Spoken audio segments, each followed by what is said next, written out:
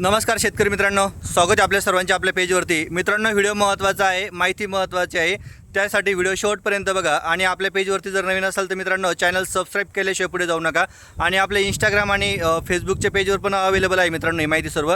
शेतकरी मित्रांनो, आज आपण आहोत जी पैठण तालुक्यामध्ये छत्रपती संभाजीनगर जिल्ह्यामध्ये जी ग्रीनफील्ड महामार्ग छत्रपती संभाजीनगर जिल्हा या जिल्ह्यामध्ये जी अतिशय महत्त्वाची आणि सगळ्यात चर्चेचे विषयी जी चर्चा सुरू आहे मित्रांनो, ग्रीनफील्ड महामार्ग जो शेतकऱ्यांच्या अनेक शेतामधून जातो आहे मित्रांनो. त्याच शेतामध्ये मी आहे, जळगावमध्ये मी आहे, करमाळच्या बाजूला जळगाव या गावामध्ये आहे. आणि गट नंबर किती आहे बुवा?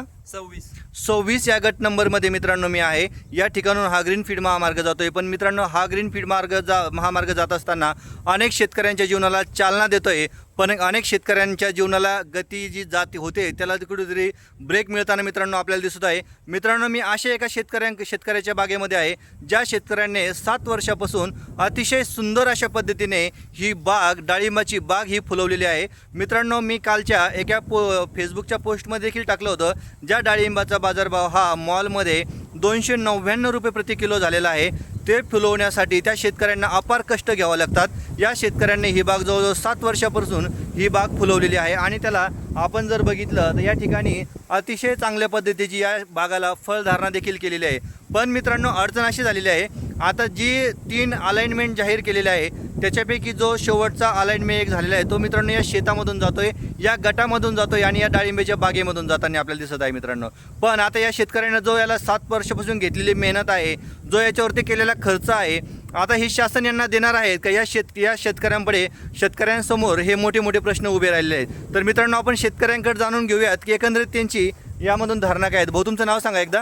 प्रतीक वाघ, जळगाव आमच्या गावाचं नाव आहे. हां, तर आता ही बाग किती वर्षापासून आहे तुमच्यावाली? ही बाग 2020 मध्ये लावली होती आम्ही. हां, तर आता साधारण तुमचा खर्च किती झालेला आहे या बागेमध्ये? या बागेवरती 4 लाख रुपये खर्च झालेला आहे हां. आमचा. आणि प्रतिवर्षी तुमचा 4 लाख रुपये या वर्षीचा खर्च झालेला आहे.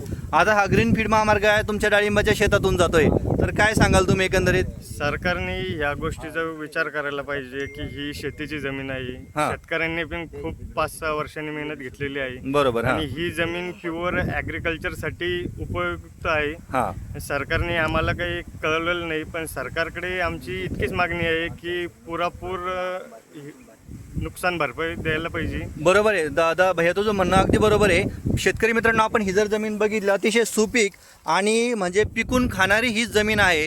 याच्यामधून शेतकऱ्यांना अगदी चांगल्या पद्धतीने उत्पन्न मिळत असतं. पण आता शासनाने काय केलं मित्रांनो, इथून जातो तो ग्रीनफील्ड महामार्ग, त्यामधून गेल्यानंतर या शेतकऱ्यांच्या यामधून खूप असं मोठं नुकसान देखील यामधून होणार आहे. तर काय सांगाल तुम्ही आणखी शेतकऱ्यांना यामधून? भाऊ, तुमचं काय नाव सांगा एकदा. अरविंद वाघ, तुम्ही काय सांगाल यामधून आता शासनाला या व्हिडिओच्या माध्यमातून? काय मोबदला द्यायला पाहिजे बरोबर. प्रत्येक झाडाचा, प्रत्येक फळाचा शेतकऱ्यांनी जे कष्ट केलेले त्या कष्टाचा मोबदला हा प्रत्येक शेतकऱ्याला मिळाला पाहिजे, हीच अपेक्षा आपल्याला या शासनाकडून राहणार आहे. बोला.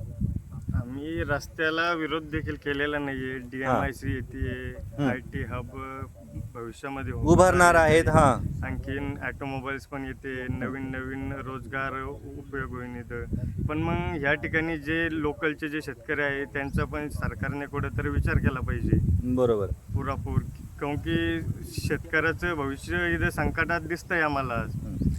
बरोबर आहे. आजचा शेतकरी हा जर इथं एवढं डेव्हलपिंग होतंय तर आजचा शेतकरी हा उद्याचा शेतकरी राहणार आहे का? तर राहणार नाही आहे. कृषी प्रधान देश म्हणून इथं शेतकऱ्यालाच पूर्णपूर घाटा घ्यायला लागतोय. सरकारने शेतकऱ्याकडे पण लक्ष द्यायला पाहिजे विशेष आणि करून. नवीन देश घडवण्यात पण लक्ष द्यायला पाहिजे.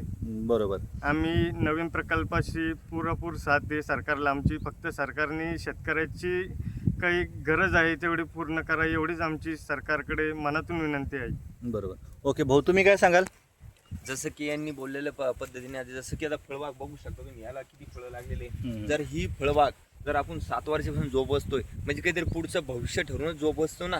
शेतकरी हा देशासाठी पण कार्य करतो आणि स्वतःसाठी पण त्याचे श्रम असतं. आता याच्यानंतर काय, जर फळबागाची योग्य जर मूल्यमापन नाही केलं गेलं त्याच्यानंतर काय, एक तर जमीन जाणार, जमीन गेल्याच नाही, स्थायिक जमीन नाही भेटली, पुढे जाऊन अशी फळबागाला उजूक परत त्याला जमीन भेटते नाही भेटते, खूप अडचणी असतात. पाण्याचा प्रॉब्लेम येतो, दुष्काळी भाग येतो. तर अशा पद्धतीने इथं जे आम्ही फळबाग फुलवलेले ते आम्ही एकदम उत्तम रीतीने हे फुलवलेले आहे. तर याच्यातून ग्रीन फील्ड मार्ग आमच्या सेंटरमधूनच चाललेला आहे. शेतामधून जातो तर डाळिंबाच्या आमचं खूप बागेमधून. त्याच्यात मोठ्या प्रमाणात नुकसान होतंय. बरोबर. आमचं एकाच ठिकाणी अशा 2-3 ठिकाणी आमच्या जमिनी अटॅच आहे. कारण आमचे जसे हिस्से झालेले त्या पद्धतीने आम्हाला हे 3 ठिकाणी अटॅच होत आहे. बरोबर. त्याच्यामुळे सरकारने याच्यावर विचार करा. नक्कीच आपण या व्हिडिओच्या माध्यमातून या शासनाला विनंती करूयात की शासनाने या डाळिंबाच्या बागेचा जो काही शेतकऱ्यांचे जेवढे डाळिंबाचे बाग असतील, इतर बाग असतील, प्रत्येक झाडं असेल, प्रत्येकाचा मोबदला हा योग्य रीतीने हा शेतकऱ्यांना मिळाला पाहिजे, हीच अपेक्षा या व्हिडिओच्या माध्यमातून करूयात. मित्रांनो, भेटूत आपण अशाच वेगवेगळ्या माहितीसोबत वेगवेगळ्या व्हिडिओ.